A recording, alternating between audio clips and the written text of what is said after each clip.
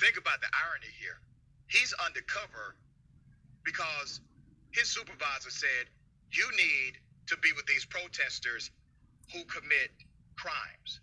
And you need to observe and report what crimes are being committed. But he, in fact, uncovered the real criminals, the police officers who were at the protest. Dustin Boone was charged in this beating as well. His case ended in a mistrial initially, and then the prosecutors tried it again. After being tried again, Boone was found guilty of the felony civil rights charge and could face up to 10 years at sentencing. Let's bring up all of the cops who were involved in the initial beating and got charged. Okay? You see that? They're all white. Okay? Here's the cop that got beat up who was undercover. That's him. Lip has stitches, face jacked up, arms, legs.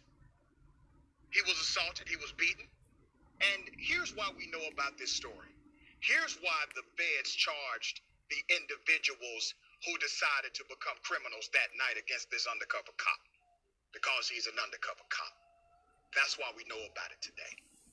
How many times do you think that happened to Black Lives Matter protesters and we never heard about it? The federal government never charged anybody and no one else got involved. 1.9% of Black Lives Matter protesters, they have claimed that they have actually been assaulted unlawfully by police officers. Only 1% of cops said that they were assaulted by anybody. 1% at these protests. Literally more protesters claim they've been assaulted by cops than the other way around. And there are way more protesters than police officers at these events. Adrian, you're an attorney. You see this. You're part of the legal justice system. Your thoughts?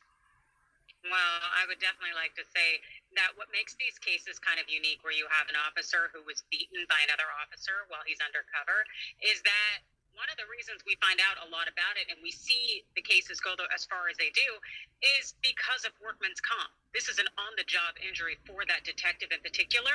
And hey, the office that he works for has to submit all of his claims and information. And so thus they have to, in the event that they want to be reimbursed, they gotta pursue these claims. So they actually have to pursue the prosecutions at the same time.